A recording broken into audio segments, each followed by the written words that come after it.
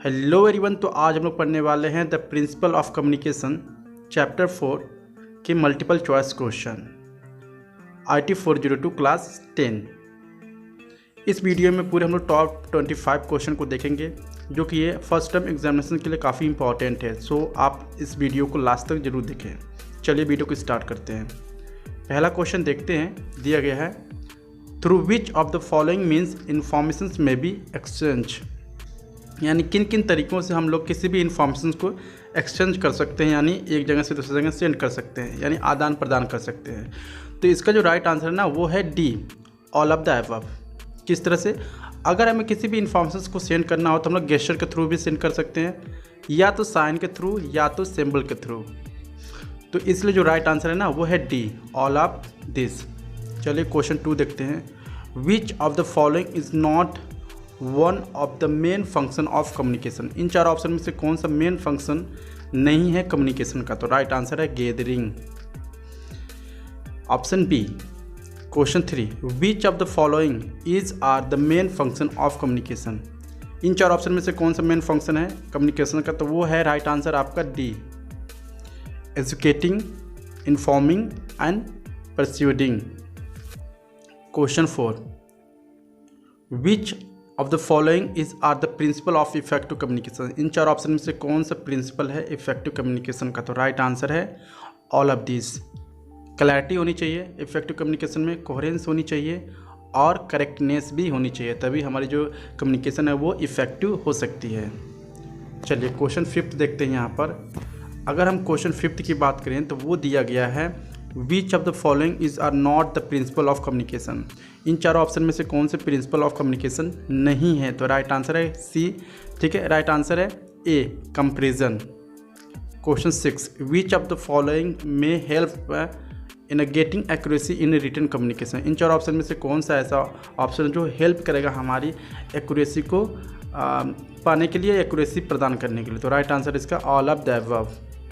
किस तरह से देखते हैं। पहला दिया है यूज़ ऑफ सिंपल लैंग्वेज, हमें सिंपल लैंग्वेज हमेशा यूज करनी चाहिए। दूसरी बात है प्रिसीजन भी देखनी चाहिए, और तीसरी जो बात है वो ठीक है प्रूफ रीडिंग एंड एडिटिंग होना चाहिए, तभी हमारा जो हम बोल सकते हैं रिटन कम्युनिकेशन ना वो करेक्ट हो सकता है।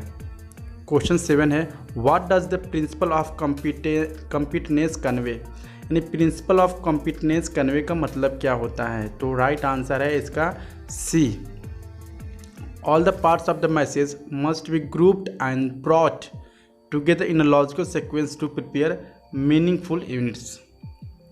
Question 8 देखते हैं। What is the meaning of conciseness in reference to communication? So conciseness का मतलब क्या है? तो राइट आंसर है इसका ठीक है A, thoughts express in a less word, यानी अपने थाट को एक्सप्रेस करना या कोई भी चीज़ें किसी को कहना कम वर्ड्स का यूज करके। Question 9, which of the following is are the feature of coherence. इन चारों ऑप्शन में से कौन सा फीचर है कोहेरेंस का? तो राइट आंसर है इसका D, all of the above. कैसे? पहला देखते हैं, it makes a text semantically meaningful. दूसरी चीज, it hold the text together and give it meaningful meaning. And C, it allows the reader to follow the intended message. Question 10 देखते हैं। A clear and direct approach in communication makes it possible to achieve the principle of। इसका जो right answer है वो है सी, credibility। Question 11, what does clarity bring? Clarity क्या लाती है? तो राइट आंसर है ठीक है इसका हम राइट आंसर बोल सकते हैं ए, credibility। Question 12, the dash must organize the message in a such a way that every word is meaningful and of interest to the receiver। इसका आंसर है ए, कम्युनिकेटर, यानी कम्युनिकेटर को क्या करना चाहिए? एक ऐसा मैसेज सेंड करना चाहिए जो हर एक वर्ड क्या हो, एक मीनिंगफुल हो और काफ़ी इंटरेस्टेड हो पढ़ने में रिसीवर को।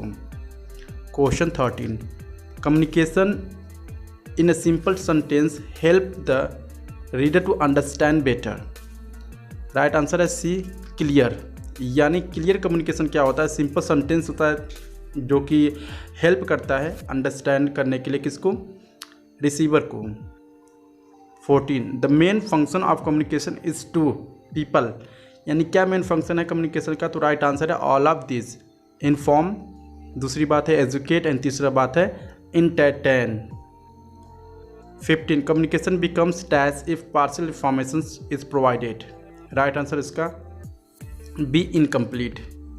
जब कम्युनिकेशन क्या होता है, इनकम्प्लीट होता है जब अगर पार्शियल इंफॉर्मेशन इज प्रोवाइडेड, मतलब कि आधा इंफॉर्मेशन अगर आप देते हो तो क्या है, जो कम्युनिकेशन है वो हम बोल सकते हैं इनकम्प्लीट है। Question 16 it is important that the sender should verify the dash of the information before transmitting it to the receiver. यानी सबसे पहले अगर आप किसी मैसेज को सेंड कर रहे हो तो हमें क्या वेरीफाई करना चाहिए, तो राइट आंसर इसका ए करेक्टनेस। हमें वेरीफाई करना चाहिए जो हमने मैसेज को सेंड किया एक्चुअली में वो सही है कि नहीं है। 17 डैश में distract the readers and may lead to misunderstanding. यानी क्या चीज़ें हैं जो डिस्ट्रैक्ट कर सकती है किसी भी रीडर को और वो मिसअंडरस्टैंडिंग का मामला हो सकता है। तो राइट आंसर है ऑल ऑफ दिस। क्या क्या चीज़ें हैं, ओवर राइटिंग्स, अगर आप काफ़ी डिफ़िकल्ट सेंटेंसेस आप यूज करते हो। दूसरी जो चीज़ है वो स्ट्राइक ओवर एंड थर्ड है रॉन्ग स्पेलिंग। ये सारी चीज़ें अगर इंक्लूड करते हो आप तो ये मिसअंडरस्टैंडिंग हो सकता है या रीडर जो है ना डिस्ट्रैक्ट हो सकता है, वो नहीं पढ़ पाएगा इसको। Question 18 a good writing is always, यानी अच्छा राइटिंग क्या होता है या क्या होती है अच्छी राइटिंग में, तो राइट आंसर है सी बोथ ने भी, direct and forceful. 19 dash bring about continuity and adds grace to communication, तो राइट आंसर इसका brevity. 20 dash refer to the thoughts express in a less word, अगर आप किसी भी थॉट को कम वर्ड में एक्सप्रेस करते हो तो उसको क्या कहा जाता है, कंसाइजनेस कहा जाता है। राइट आंसर है बी डी। क्वेश्चन 21 देखते क्या दिया है communication is an example of dash by two और मोर पर्सन, तो राइट आंसर इसका all of this. Facts, ideas and opinion और इमोशंस, ये क्या कहलाता है, ये एक कम्युनिकेशन कहलाता है। Question 22 dash play a significant role in the human communication where is sound and actions are important for communication in animal, तो राइट आंसर है बोथ ए एंड बी। सी है लैंग्वेज होना चाहिए और गेस्चर होना चाहिए, जो काफ़ी सिग्निफिकेंट होता है किसमें, ह्यूमन कम्युनिकेशन में, ठीक है, और एक्शन जो होता है ना वो होता है एनिमल कम्युनिकेशन में।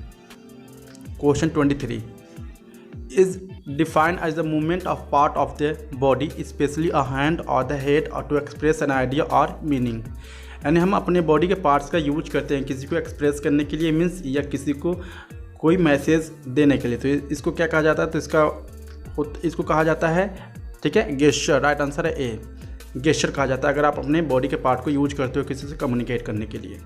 Question 24 dash is defined as the quality of a being open to more than one interpretation, तो इसका जो राइट आंसर है वो ambiguity. 25 and last is the quality of being trustworthy or of performing consistently well, अगर क्या है आपके पास ऐसी क्वालिटी है जो हर कोई क्या करता है आप पे ट्रस्ट करता है, ठीक है, और आप कंसिस्टेंटली क्या कर रहे हो, अच्छे परफॉर्म कर रहे हो किसी भी काम को या काम में, ठीक है, तो उसको क्या कहा जाता है, तो राइट आंसर उसको रिलायबिलिटी कहा जाता है। सो आई होप आपको वीडियो काफ़ी अच्छा लगा होगा, अच्छा लगा please like and subscribe my channel.